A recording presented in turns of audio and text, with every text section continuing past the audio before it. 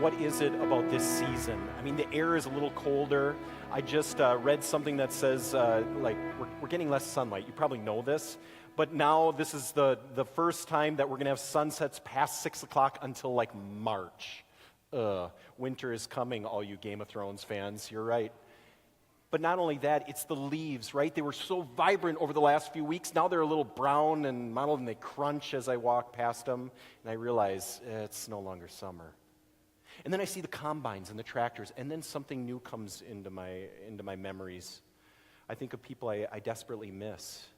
You see, for my family, we're from a family of farmers in Wisconsin. Yes, Wisconsin. You Viking fans can gloat for a little bit right now. It's okay. But I think about my grandpa, and here he is. He's now been dead for 3 years.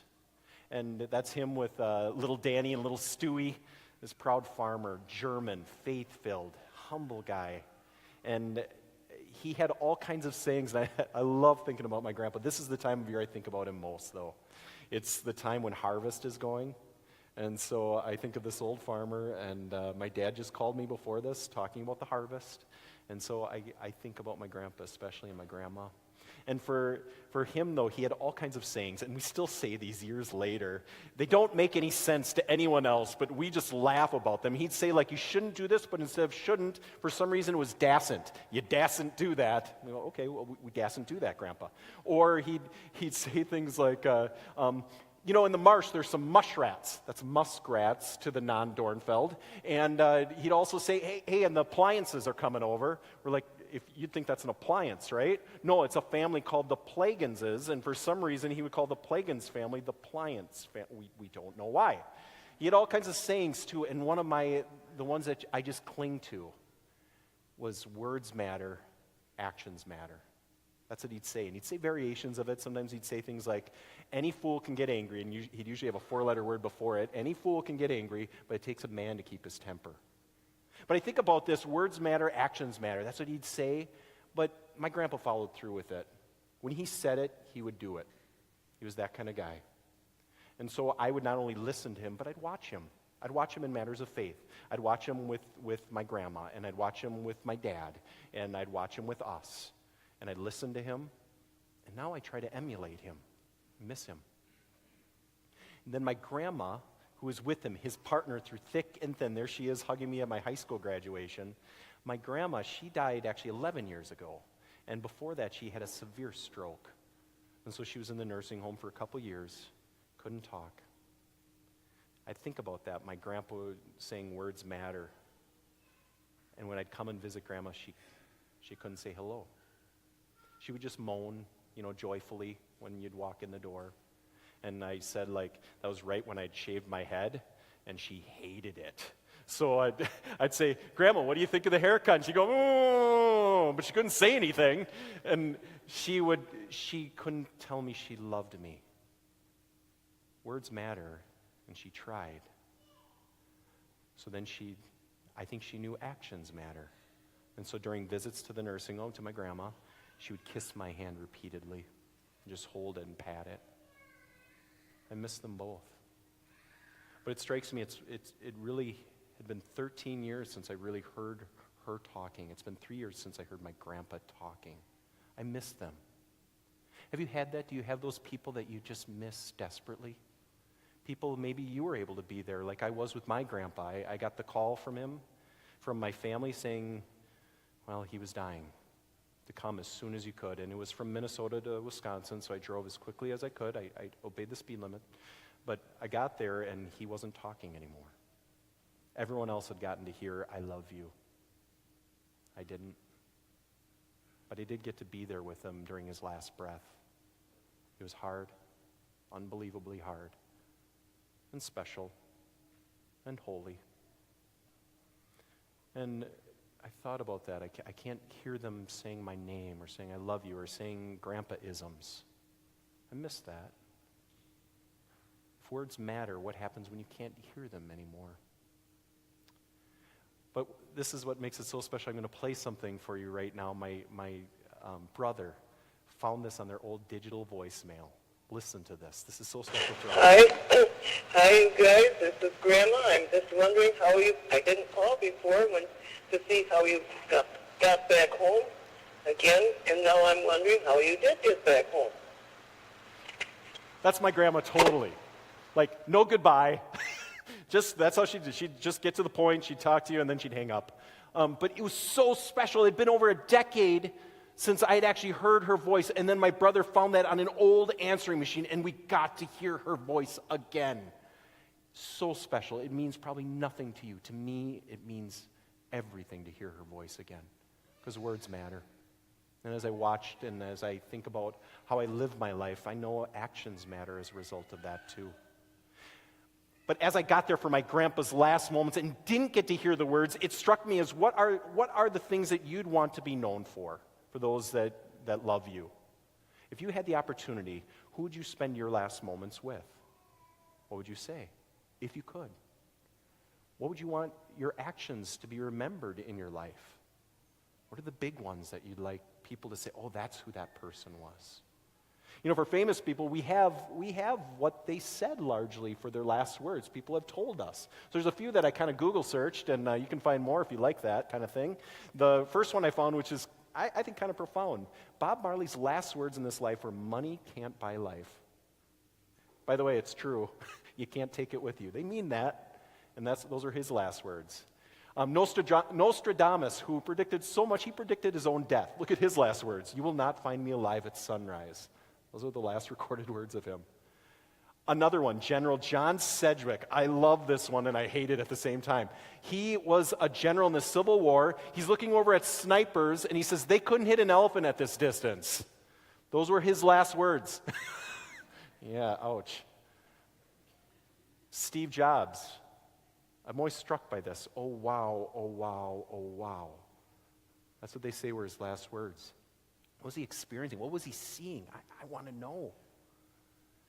And then for those of us in the Lutheran faith, we have the last words of Martin Luther that were written. We are beggars, he wrote. This is true. Now, Martin Luther, this is not Martin Luther King Jr. Martin Luther, though, he's not the civil rights leader from the 60s, but he's a Catholic priest that lived 500 years ago. The Lutheran church name is based on him. The Protestant churches are from his reforming ways. 500 years ago, and we're going to celebrate that next week, he pounded some theses on a church door in Wittenberg, and it changed everything. He said about things in the church that needed reforming. He wanted that conversation to start. For Martin Luther, words mattered, and he had them so much so that he nailed them up, these words. And now his actions mattered as a result of those words. He lived by these words. He reshaped life. He didn't want to, but he felt convicted by them. He would hate that a church was named after him. But nonetheless, he lived by these words. Words matter, actions matter. Martin Luther believed that, and I think his last words point to something really profound. But what does it mean, we are beggars? This is true. I mean, is this like the people on the side of the road with a sign or with their hands out saying, hey, we should just give out everything and just rely on others, even for spare change and for food and for clothing and for housing? Is that what he was talking about? Or is he talking about something deeper? I think it has everything to do with the scripture that we read for today. You see, Jesus, for 3 years, God sent Jesus, his son. He's God's son. He is God. And Jesus teaches about God's kingdom. He does miracles. And at the very end, this is profound, I think. We have the events that John captures for us. And I want to go back to them, because there's something that's going on with these people that are gathered around the cross. So let's look at that again.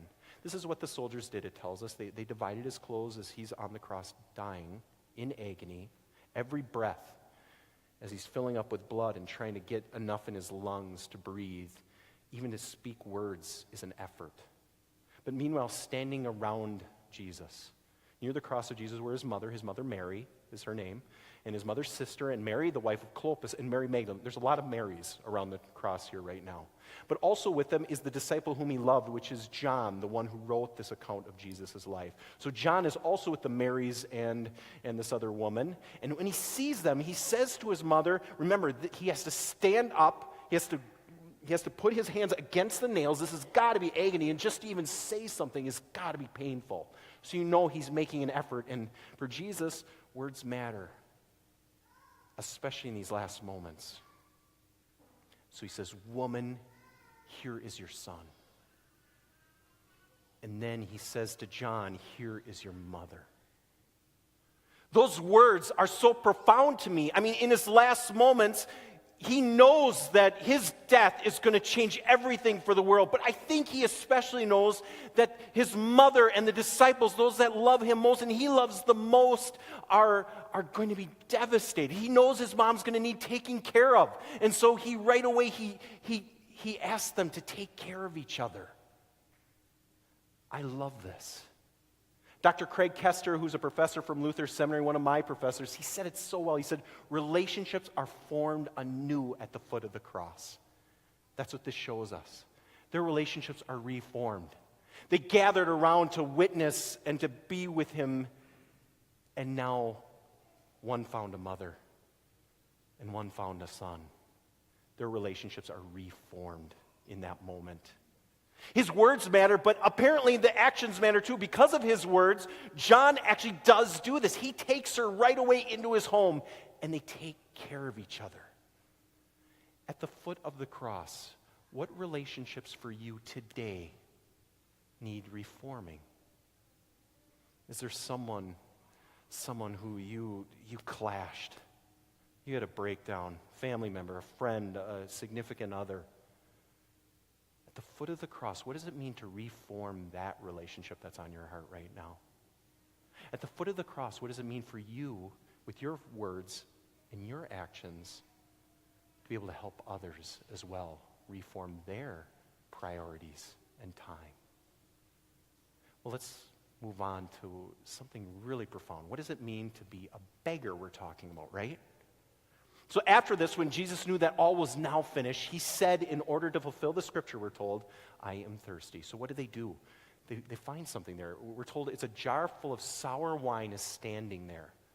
Now, people at the time, that our translation fails us in a couple ways in these next couple verses. The sour wine is actually a purification wine. It's used when people want to be made right with God. They use this certain kind of wine. It's a special kind of wine. And it's used in those special circumstances to be made right with God, to be purified, to be made clean.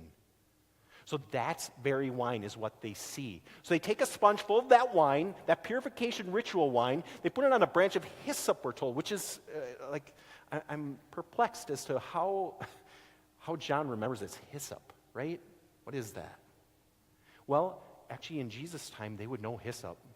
They'd say, wait a minute, you're talking about something really profound in our past. You're talking about the holiday that we celebrate every year, which is called Passover, when God's people used to be slaves in Egypt for generations. They celebrate this still to this day. And what they did at that time is they were slaves, and God sent Moses. Moses came to Pharaoh and said, let my people go. And Pharaoh said, no. And so God keeps sending plague after plague after plague, these terrible things to convince Pharaoh. And Pharaoh still says no until the very end, when God sends one last terrible plague. And it's that the firstborn son, the most precious thing that they knew, would be sacrificed, would die. But he says, to you, my people, if you take the blood of a lamb, an innocent lamb, and sacrifice it, and take that blood, you're gonna spread it over the doorway on a branch of hyssop, Exodus tells us. This blood of the lamb on the hyssop will be spread over that, and death will pass over that night, and your firstborn son will not die. So people hearing this account about Jesus' very last moments would realize this purification ritual, this wine is being used for Jesus, and it's on hyssop. Wait, Jesus called himself, they remembered, the Lamb of God. Is he the lamb that is the sacrifice? This changes everything for people. They're reformed by even these few things. And after this, Jesus says his last words, "It is finished." And he dies. Those last words, "It is finished." Better translated would be, "It is accomplished." My purpose has been fulfilled. It is fulfilled. So if we just stuck with "it is finished," I mean, I think about that. We could say, well, it was a tragic life that he led. It was one of love and of grace and of some amazing things that defy logic in those miracles, if it truly was finished. But Martin Luther says we're beggars. What are we beggars to this? It's this. It is accomplished, what Jesus did on the cross. And that reforms everything. That changes everything. Martin Luther lived it. He said those words, and his actions mattered in those words. And so he reformed his life, and others started to reform their lives to the reality that Jesus did it all on the cross. That reforms everything for us today. If it's just "it is finished," I could be traipsing through the leaves, and if I look at "it is finished" in those, I could look at them and say, you know what? It's getting colder, those trees are done, and this is just going to be a terrible couple months because this is Fargo Moorhead. Ugh.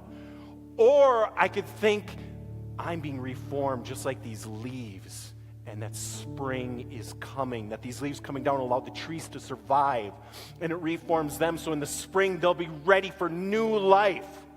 I could choose to look at my grandma's not being able to hear her voice anymore. I could choose to look at them and I could say, you know what? I can't hear her voice anymore. It's finished. Or I could choose to understand that what Jesus did on the cross means everything, not for the world, but also for my grandma. And I'm going to get to hear her voice again. I could choose to look at that account of the cross and say it is finished for Jesus himself and be sad. Or I could choose to see that in just 3 short days later, the very first words he gives is the name of a person he loves when he says Mary. And I could choose to understand that I'm being reformed in that way, that death does not have the last word, that he accomplished it, and that Jesus is going to meet me and you and my grandma and my grandpa and everyone we love, those ones in our last moments. And that is going to reform everything. And right now that means we need to be reformed, not just in the future, but right now. We need to change. I know that's just made a lot of you nervous because change is not fun, and you don't change, right? Except I want you to look at your hands right now. Look at them. Your hands are covered with skin. Your hands inside them are made with bone and muscle and tissue and blood, and all those are cells. And as you go like this, maybe, you're actually rubbing off skin cells.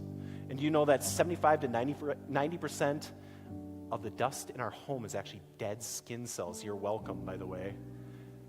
But what that means is you could focus on that, or you could focus on the new cells that are coming in, because your body is made to reform itself again and again and again. It's made to reform. The cells themselves are to constantly replace themselves. So when you say, I don't change, your body is telling me no way. And if you look at the dust, you can say, oh man, dead skin cells. Or you could say, I'm being reformed because of that, so that I can breathe and thrive and live another day.